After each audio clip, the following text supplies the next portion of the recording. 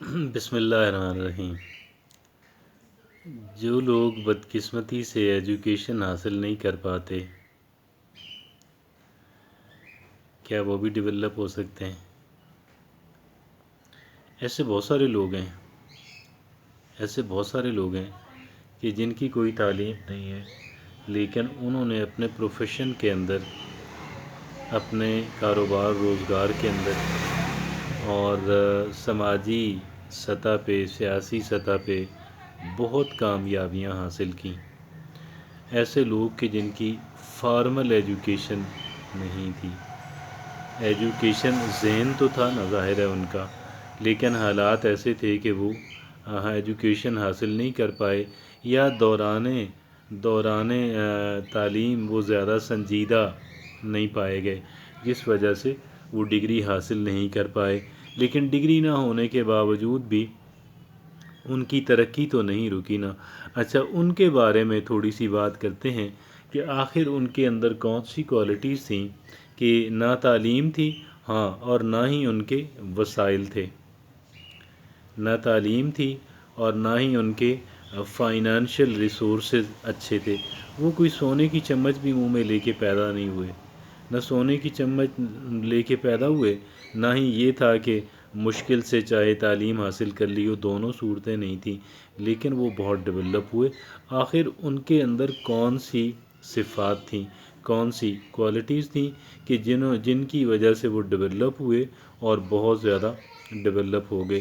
ان میں عرض کروں گا، سب سے پہلی بات تو یہ تھی، ایک انسان کے اندر ایمبیشن ہوتی ہے۔ کیا ہوتا ہے؟ خواہش ہوتی ہے، اور خواہش جو ہے وہ اتنی تگڑی ہوتی ہے، اتنی مضبوط ہوتی ہے، آگے بڑھنے کی، ترقی کرنے کی، خوشحالی حاصل کرنے کی، حتیٰ کہ نام کمانے کی، پرومیننٹ ہونے کی۔ تو یہ خواہش ان کے اندر، خواہش لیکن یہ سب کے اندر ہوتی ہے، خواہش تو سب کے اندر ہوتی ہے۔ تو ان میں خواہش کا ہونا جو ہے، پہلی بات تو یہ ہے کہ یہ خواہش کے علاوہ بھی کچھ چیزیں درکار ہوتی ہیں، اور دوسری بات یہ ہے کہ خواہش کا ایک خاص لیول، ایک خاص سطح تک اگر خواہش پہنچ جائے، سٹرانگ ہو جائے، اتنی سٹرانگ ہو کہ انسان اس کے لیے بہت کچھ کرنے پہ آمادہ ہو جائے، اتنی سٹرانگ خواہش ہو کہ انسان اس کے لیے قربانی کرنے پہ، تکلیف اٹھانے پہ، محنت کرنے پہ آمادہ ہو جائے۔ ورنہ خواہش سب کے اندر ہوتی ہے کہ وہ انسان جو ہے ترقی کرے، خوشحالی حاصل کرے اور محرومیاں دور کرے، ہر ایک انسان کے اندر خواہش ہوتی ہے۔ لیکن خواہش، ظاہر ہے، خواہش کی جو انگریزی میں کہتے ہیں انٹینسٹی جو ہے، خواہش کی جو شدت ہے، وہ فیصلہ کرتی ہے کہ آپ کتنا کچھ کر سکتے ہیں، آپ کتنی تکلیف اٹھا سکتے ہیں، آپ کتنی اگرچہ ان کے لیے یہ تکلیف بھی نہیں ہوتی، اور آپ کتنی کیلیں قربانی دے سکتے ہیں، آپ کتنی محنت کر سکتے ہیں، آپ کتنا کام کر سکتے ہیں۔ تو خواہش کی شدت ہونا، اور دوسرا یہ، اب خواہش سے ذرا آگے چلتے ہیں، اتنی خواہش کہ جی وہ مقصد بن جائے، اتنی خواہش کہ وہ جینے کا مقصد بن جائے۔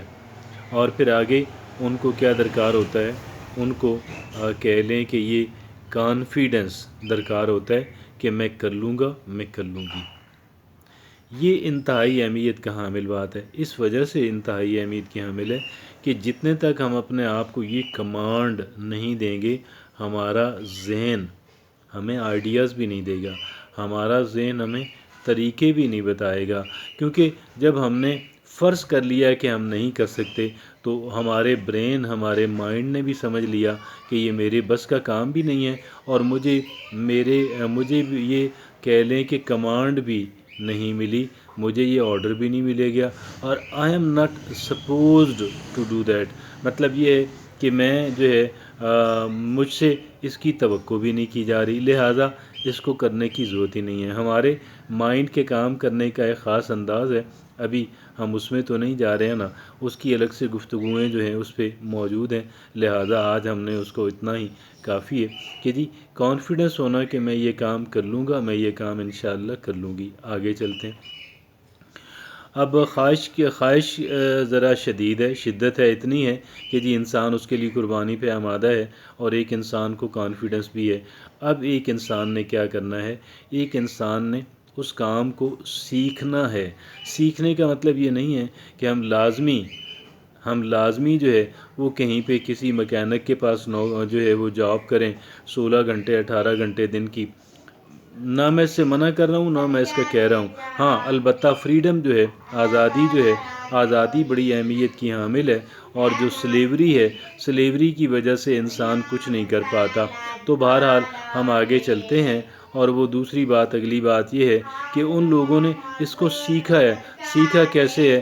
سیکھا دوسرے لوگوں سے ہے، دوسرے انسانوں سے سیکھنا ہے، اور مسلسل سیکھنا ہے۔ سیکھنا کس سے ہے؟ اب ظاہر ہے کہ کالج یونیورسٹی اب اتنی تعلیم بھی نہیں ہے، اور تعلیم کے علاوہ کیا کہ وسائل بھی نہیں ہیں۔ اب کیا ہے؟ اب لوگوں سے سیکھنا ہے۔ کن لوگوں سے سیکھنا ہے؟ کہ جو اس شعبے کے اندر کامیابی سے چل رہے ہیں، جو اس شعبے کے اندر کامیابی دلانے والی جو کارکردگی ہے اس کا مظاہرہ کر رہے ہیں، ان لوگوں سے ہم نے سیکھنا ہے۔